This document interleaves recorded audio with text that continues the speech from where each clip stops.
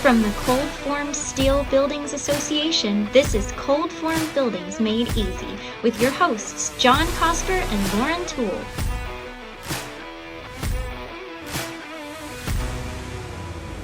Hello, everyone, and welcome to Cold Formed Buildings Made Easy, the podcast where we talk about cold formed steel buildings, what they are, how they're assembled, how they're sold, and why you should probably consider one for your next project.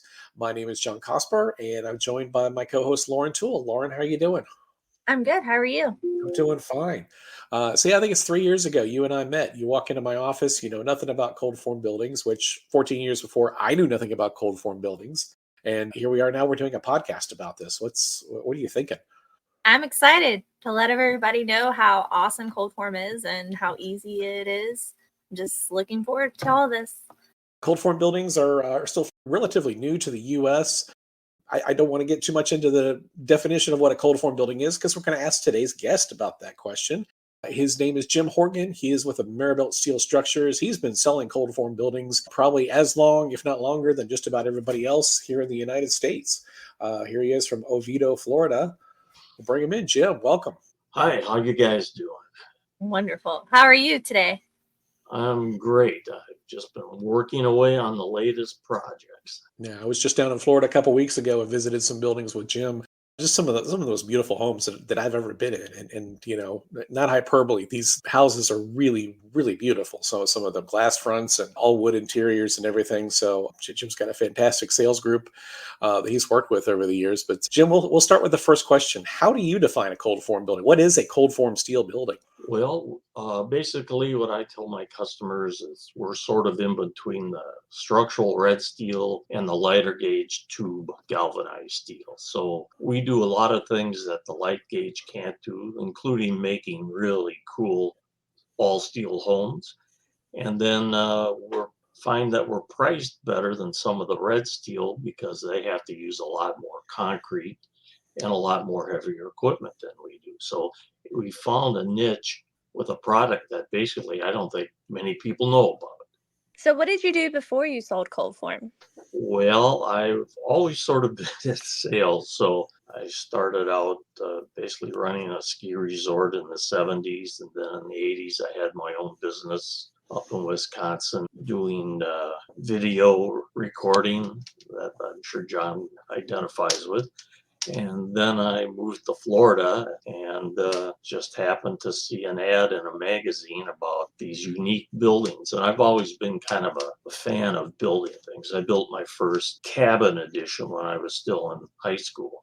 That was wood, of course, but I never got away from building things. And then when the steel opportunity came along, I just jumped on it. And I learned as the company learned. I think we're in our 23rd year. Just like I found out this morning, I learned something new every day. So it's ongoing, but it is interesting. And every building is pretty unique in one way or the other. That's one thing we can offer our customers is that customization. Very true. And it kind of leads to a question, you know, how has the industry changed over 23 years? Speaking from my experience on the side receiving the orders, I know a lot of things have become much more automated with how the orders are placed and sent to the manufacturers. But from your perspective, how has it changed over that 20-year period? Well, I'd say that the engineering is getting a lot more refined, and the product that we're selling is engineered to a point where it isn't over-engineered just to make the building. So everything is kind of like, it's sort of like a built to order, built just in time, and goes back to giving the customer a much better price.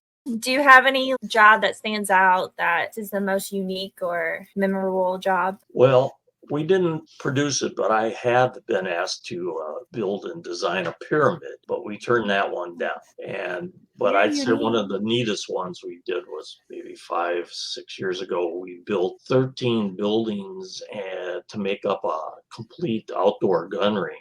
So that there was outdoor shooting areas, indoor shooting areas, sports shops, all this sort of thing. And it all came together over on the west coast of Florida. I see photos of that project, and every building on that job looks like it's a little bit different, but with every single one of them, you were able to kind of solve their problems with cold form. Yeah, it came out really well. And one of my close friends and builders, Keegan Green, put that up for us, and he does a lot of the construction for us.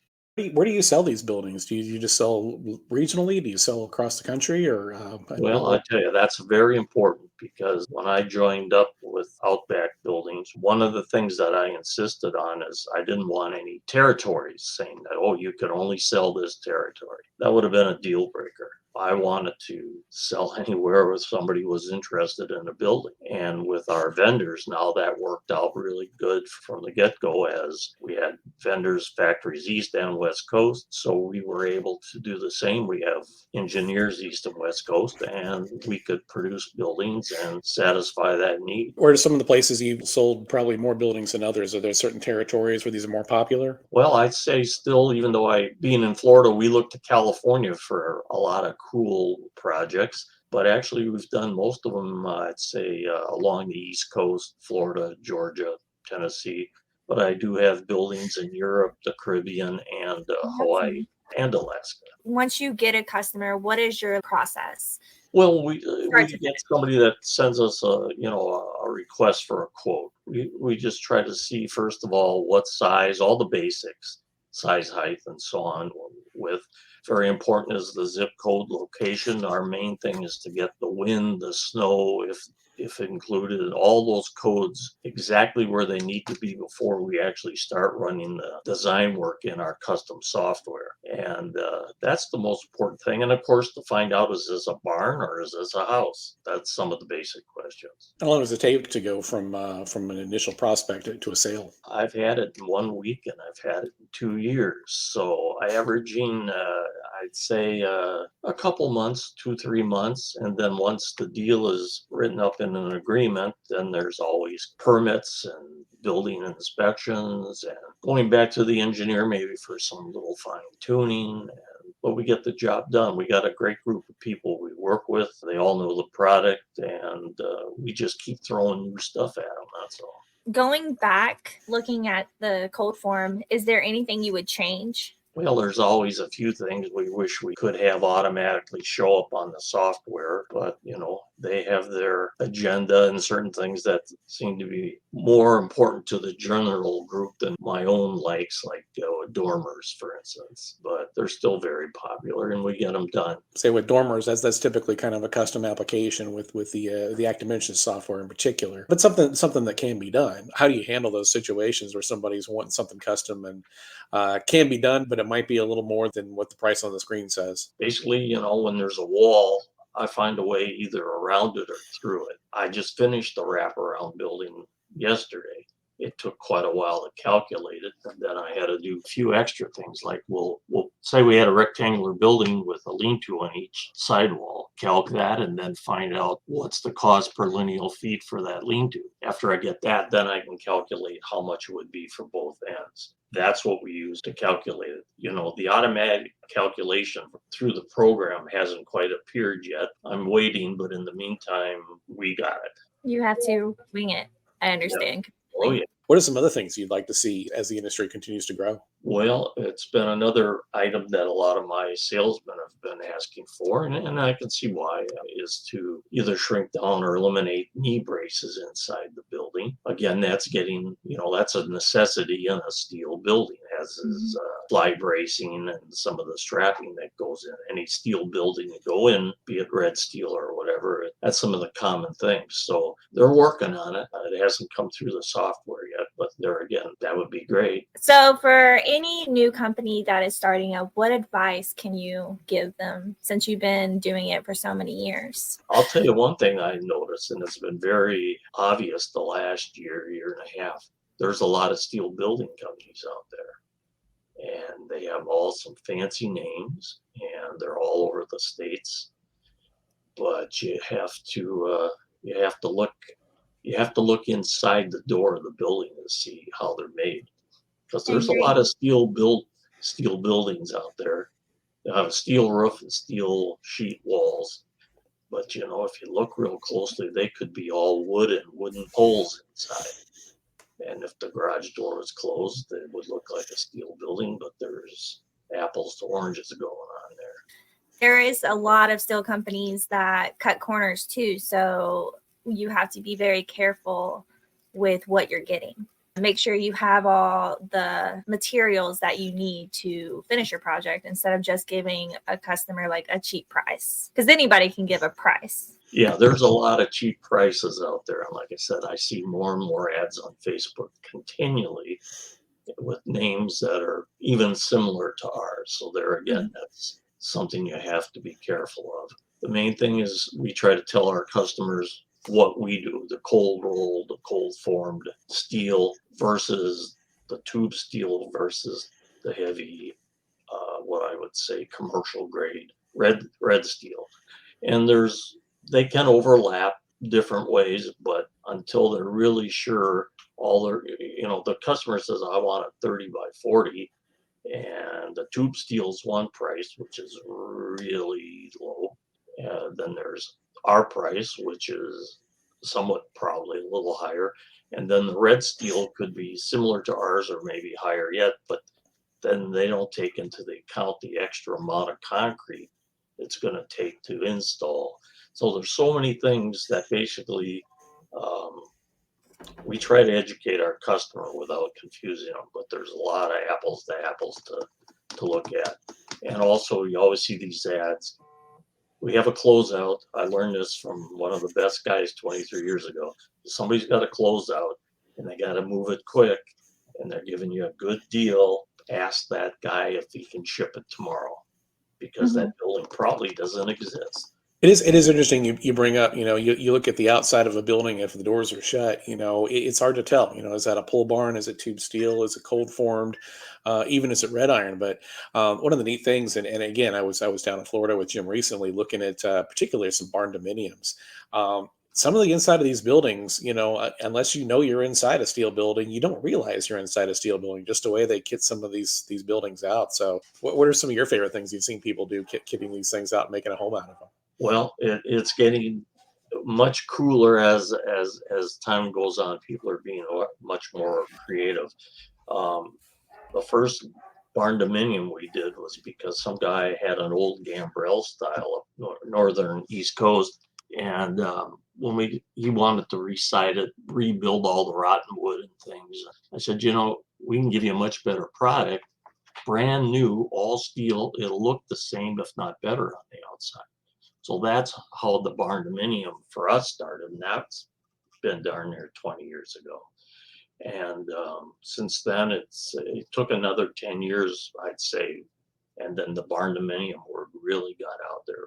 But as far as the inside, sheetrock, corrugated steel is really cool to use. Rough wood, I've had people cover, like we have steel beams in a gambrel, you can even paint them. You could leave them shiny, galvanized. You could cap them with rough wood. So all kinds of neat stuff.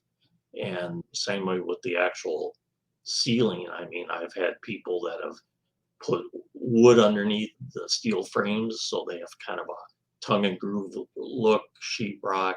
And then some people now when they spray foam a building, they leave the foam exposed and then paint all that flat black like a restaurant. Oh, it's a cheap way out, but it works. I've seen now they have like styrofoam wood pieces you can just put over the metal. Oh yeah. Another, and why not? I've got a couple customers that used artificial stone on the front of their buildings, and it's so much, it's like foam. It's light. It's painted right. It won't weather, and they can put it on a year later if they get around to it. That sort of thing. Or they use it inside to do maybe an opposite wall. That's kind of what people are doing. One wall's block and then or brick, and then opposite it'd be some sort of wood. What's your favorite type of building that you do? Do you like barndominiums? Do you like single slope? Like, what's your favorite when you get it? Like, oh, I love these. I like the single slope and then putting a kind of like a reverse lean-to on it, so it one roof being higher than the other and gives you room for clerestory windows. And now there's ways where we can indent like the end wall to 4 feet. So a lot of architectural features are available now that gives it a much cooler look. Well, Jim, you've been at this an awful long time. You've been selling cold form pretty much from the beginning here in the United States.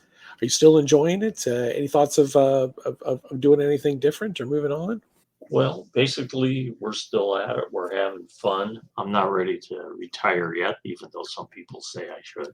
But that's just No, never. family joke. But yeah, the market just has a lot of other players, and the customer needs to be educated, and we're willing to take the time to do that, and then they can choose. But we've got a long history, good Google reviews, which is important, and those are all things we use, when we do a quote and we talk to our customers.